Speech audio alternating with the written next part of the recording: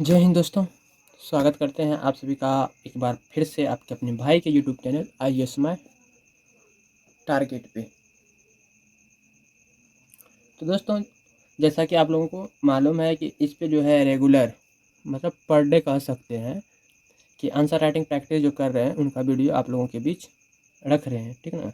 आप लोगों के बीच डालते हैं ताकि आप लोग भी देख करके अपना निर्णय अपना कमेंट के माध्यम से तर्क बताइएगा, ठीक है। तो देखिए, आज जो है आप लोगों का प्रश्न संख्या 9 सॉल्व करेंगे, ठीक। तो इससे पहले बता दें कि 2 दिन से वीडियो नहीं आ रही थी क्योंकि लाइटिंग प्रॉब्लम, ठीक है।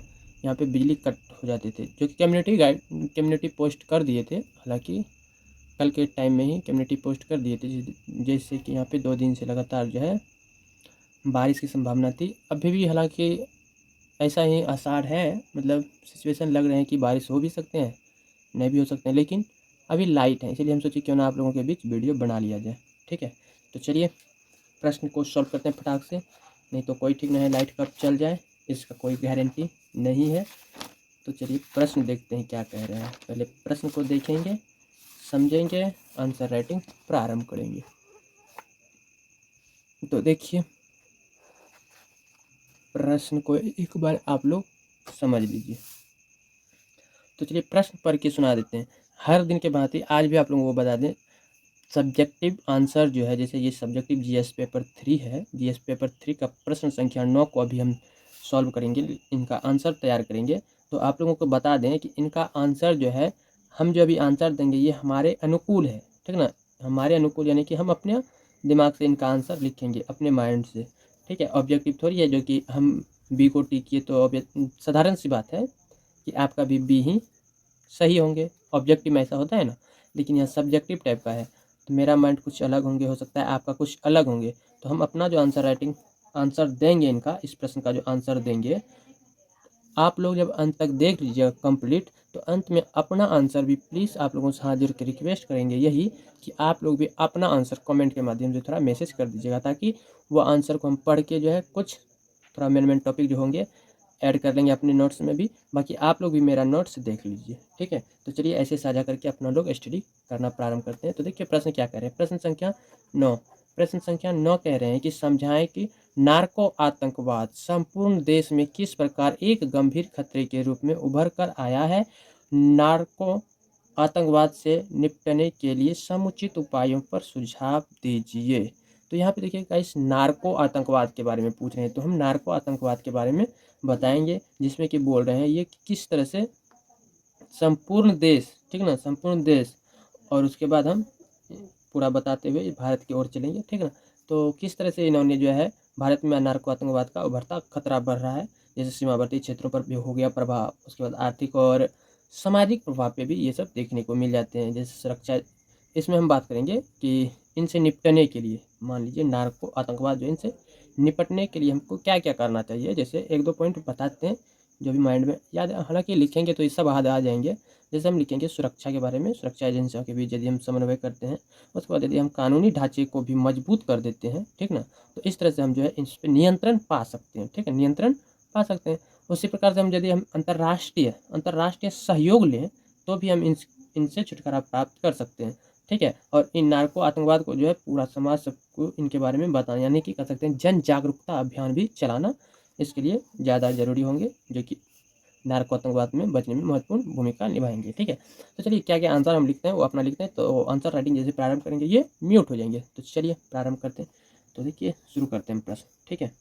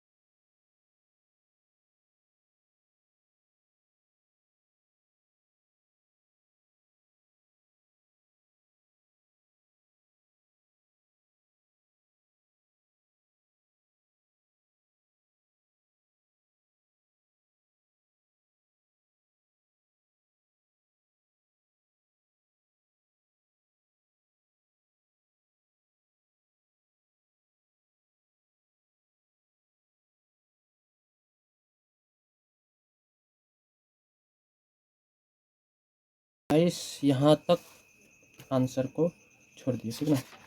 तो देख सकते हैं गाइस, ये रहा आंसर हमारा, ठीक ना। तो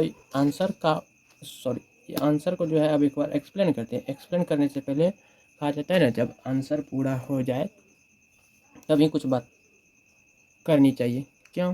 क्योंकि यदि हम आंसर देने से पूर्व बातचीत करते तो आप लोगों के मन में रहते कि बातें बहुत बना रहे हैं, ठीक है, आंसर लिख नहीं रहे हैं। तो देखिए, ये आंसर जो है, ये आंसर का अपना एक अलग पैराग्राफ होते हैं, बात रखने का एक अलग शैली होते हैं, ठीक है।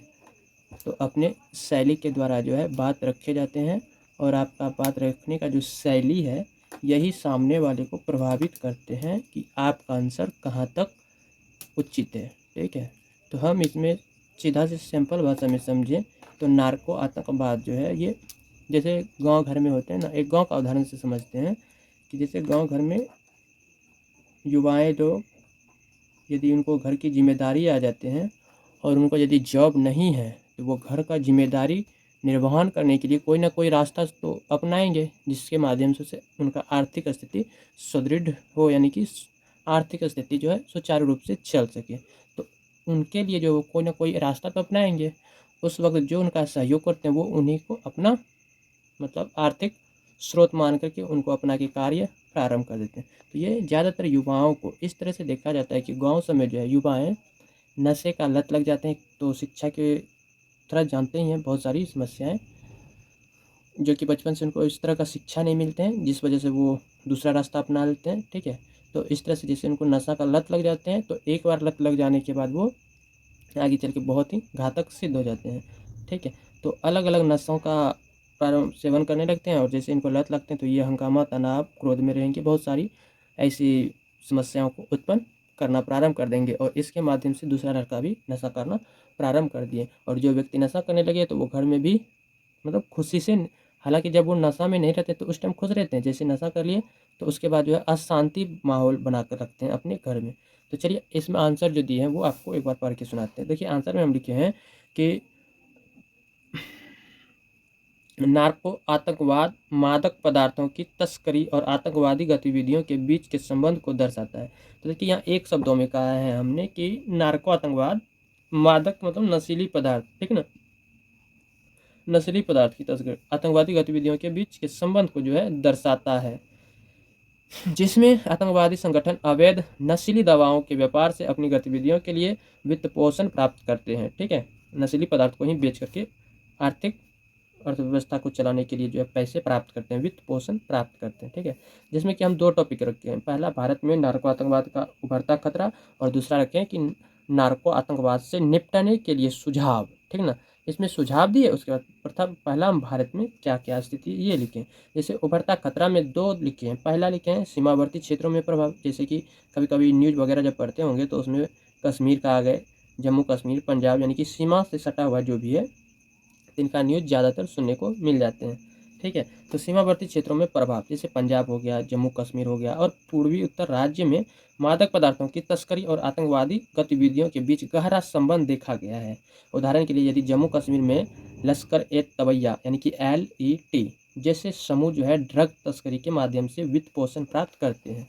और दूसरा हम लिखे हैं कि आर्थिक और सामाजिक प्रभाव, ड्रग तस्करी से प्राप्त धन का उपयोग जो है आतंकवादी गतिविधियों को बढ़ावा देने में किया जाता है, जिससे राष्ट्रीय सुरक्षा को खतरा होता है, ठीक है। तो इसके अलावा समाज में नशे की लत बढ़ने से सामाजिक ताना बाना, यानी कि वही जो अशांति वाला माहौल होते हैं, ताना बाना कमजोर होता है, ठीक है। तो अब चलिए दूसरा टॉपिक में लिखें, नार्को आतंकवाद से निपटने के लिए समस्या यानी सुझाव, समस्या का सुझाव दिए हैं।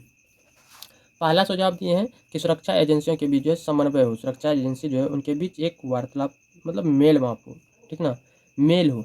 तो कानून प्रवर्तन एजेंसियों, खुफिया विभागों और सीमा सुरक्षा बलों के बीच बेहतर समन्वय स्थापित करना आवश्यक है, ताकि मादक पदार्थों की तस्करी और आतंकवादी गतिविधियों पर प्रभावी नियंत्रण हो सके।